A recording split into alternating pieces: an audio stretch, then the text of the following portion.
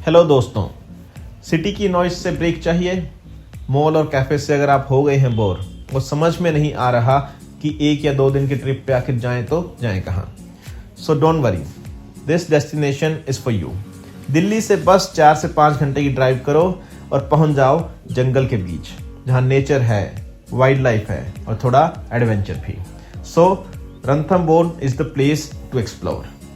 आज हम आपके साथ शेयर करने वाले हैं हमारा रणथंबोर ट्रिप। कैसे हम दिल्ली मुंबई एक्सप्रेसवे से गए, हमने वहाँ क्या क्या एक्सप्लोर किया। Ranthambore fort, Ganesha temple, Dastkar, Chambal crocodile safari और ऑब्वियसली द टाइगर सफारी। ये सिर्फ एक ट्रिप नहीं था, एक एक्सपीरियंस था। दिल्ली मुंबई एक्सप्रेसवे की स्मूथ ड्राइव से लेके रणथंबोर फोर्ट के व्यूज, गणेशा टेम्पल की शांति, चंबल के क्रोकोडाइल, यस डर लगता है देखने में, और जंगल में टाइगर सफारी का थ्रिल। सो वीडियो में सबसे पहले हम एक मिथ तोड़ देना चाहते हैं कि रणथंबोर का नाम सुनते ही सबको टाइगर सफारी याद आती है, बट ऑनेस्टली टाइगर स्पॉटिंग के चांसेस काफ़ी कम होते हैं। We also did the safari and luckily we got the tiger, but उस दिन मोस्ट ऑफ द पीपल जो थे उनको टाइगर स्पॉट नहीं हुआ। सो वी विल डिस्कस कि टाइगर सफारी कैसे करनी है इन अनदर वीडियो। यहाँ हम मेनली बात करना चाहते हैं एक हिडन जैम की, जो रणथंबोर से केवल 1 घंटा ड्राइव पे दूरी पर है।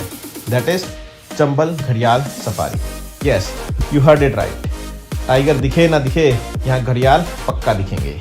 सो चंबल घड़ियाल safari is actually one of the underrated, you will say most underrated wild life experience in near Ranthambore. तो अब मैं आपको बताता हूँ चंबल सफारी कैसे प्लान करें, वहाँ क्या करें, क्या बिल्कुल अवॉइड करें, सो दैट आपका एक्सपीरियंस बेस्ट रहे।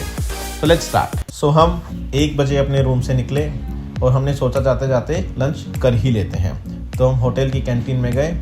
हमारे पैकेज में ब्रेकफास्ट, लंच एंड डिनर तीनों इंक्लूडेड थे। सो हमने वहाँ पर डिलीशियस अपना लंच किया और फिर फाइनली हम निकल पड़े घड़ियाल सफारी की तरफ। मैप पूरा 1 घंटा दिखा रहा था और जाते हुए रास्ता काफ़ी अच्छा था, और एक पॉइंट पर तो रोड सीधा ऐसा लग रहा था कि फॉरेस्ट के बीच से जा रहा है। जैसे ही फॉरेस्ट ट्रैक स्टार्ट हुआ, मोबाइल में नेटवर्क ने भी बोल दिया बाय बाय। गूगल मैप्स भी काम नहीं कर रहा था।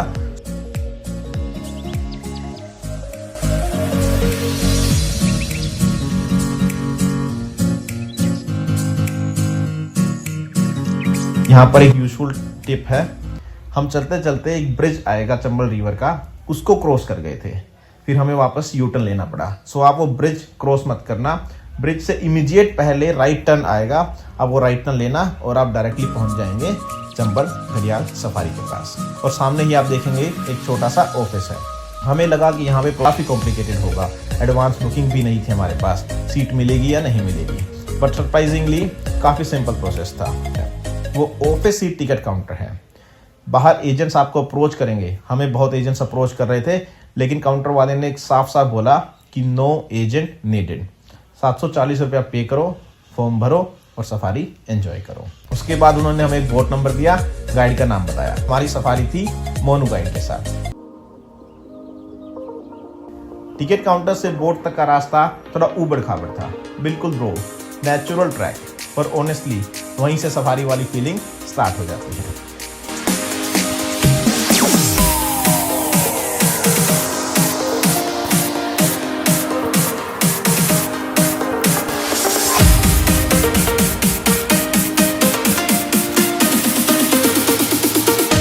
जैसे ही हम बोट में बैठे, गाइड ने एक इंटरेस्टिंग सवाल पूछा, आप लेफ्ट जाएंगे या राइट? यस, उसने बताया कि लेफ्ट साइड पे ज़्यादातर चांसेस होते हैं कि क्रोकोडाइल और घड़ियाल दिख जाएंगे, बट राइट साइड पे एक फ़ायदा ये है कि घड़ियाल और क्रोकोडाइल दिखने के चांसेस कम हैं, लेकिन वहाँ पर आपको संगम भी दिखेगा। हम लेफ्ट चूज़ करना चाहते थे जहाँ पर ज़्यादा क्रोकोडाइल और घड़ियाल दिखे, लेकिन गाइड हमारी सुने बिना हमको राइट ही ले गया। तो फाइनली हम राइट की तरफ शुरू हो गए। चंबल रिवर के बारे में थोड़ी सी बात करते हैं।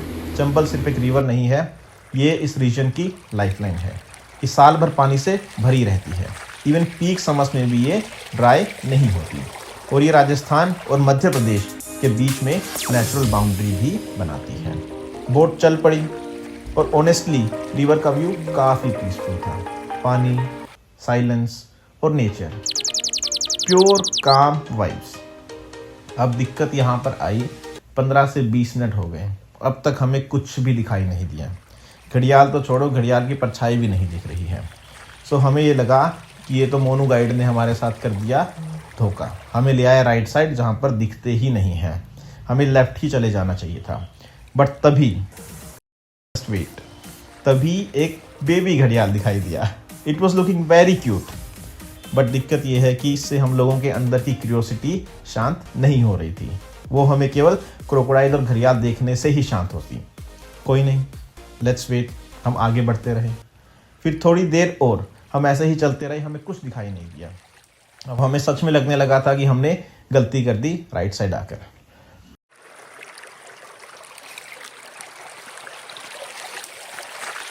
लेकिन एक सेकंड, फिर थोड़ी दूर हमें कुछ ऐसा दिखा जो पहले समझ नहीं आ रहा कि क्या है। दूर से लगा शायद क्रोकोडाइल ही है। बट जैसे जैसे बोट पास में गई, मोनू गाइड ने अपना इंजन बंद कर दिया। अपना नहीं, बोट का इंजन बंद कर दिया।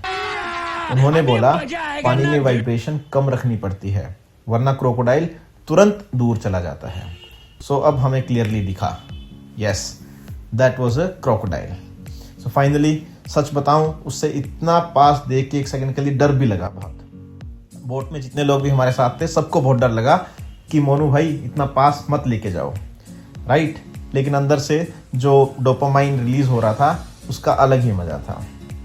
जैसे ही हमने ये क्रोकोडाइल देखा, उसके बाद तो सोचो कि एक के बाद क्रोकोडाइल स्पॉटिंग का सिलसिला शुरू हो गया। थोड़ी ही दूर पर 1 और 2 घड़ियाल एक साथ दिखाई दिए, अपनी लंबी स्नॉट के साथ बिल्कुल स्टिल बैठे हुए। कुछ क्रोकोडाइल बस धूप सेक रहे थे और कुछ हाफ वाटर में थे, सिर्फ आंखें और स्नाउट बाहर थी उनकी।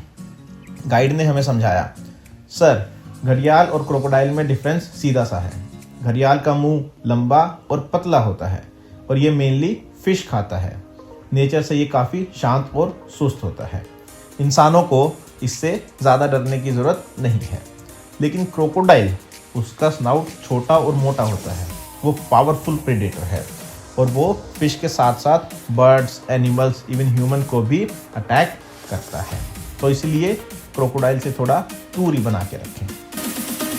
तो ये सारी साइट सीन्स की सफारी हमारी काफ़ी सक्सेसफुल फील हो रही और फिर हम वापस किनारे की तरफ आने लगे। वापस आते आते हमारे दिमाग में बस वो घड़ियाल और क्रोकोडाइल ही घूम रहे थे। बीच बीच में हमें बर्ड्स के ब्यूटीफुल व्यूज़ भी मिले, कुछ पानी के ऊपर उड़ते हुए, कुछ रिवर बैंक पर बैठे हुए। सफारी के बाद लगा अब होटल वापस चलते हैं। लेकिन और अभी तो रुको। गेट के बाद सुरेंद्र, यस, अपने कैमल राजा के साथ। शुरू में पायल को काफ़ी डर लग रहा था कैमल पर बैठने से। सी वॉज की नहीं, मैं नहीं बैठूंगी, ये एकदम से ऊपर उठते हैं और नीचे बैठते हैं। थोड़ा मनाया, थोड़ा समझाया तो फाइनली चढ़ने लगी और उसका डर सच भी हो गया। जैसे ही बैठे ऊंट पर, ऊंट ने अपनी एकदम से करवट ली और खड़ा हो गया। ये तो पूरी रोलर कोस्टर वाइब आ गई। बैठ जाता है मस्ती में। अच्छा, हरियाली में बैठ जाता है खाने के लिए। देखो ऐसे रास्ते में थोड़ा बैठा, बिल्कुल नहीं बैठा ना। इसका नाम भैया बता रहे हैं कि राजा है। ये हुक्का पीता है रात को इनके भैया के साथ बैठ के रोज। आप 100 किलोमीटर भी चलाएंगे ना, हाँ। तब भी नहीं थकेगा सर ये।